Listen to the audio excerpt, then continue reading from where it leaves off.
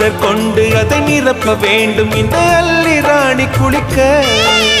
இந்த ரீதியில் அன்பு செய்தால் என்னவாகுமோ என் பாடு?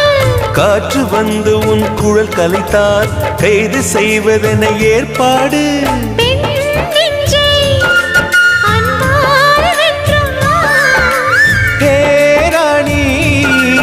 அந்த இந்திரலோகத்தில் நான் கொண்டு தருவேன் நாள் ஒரு பூவீதம்.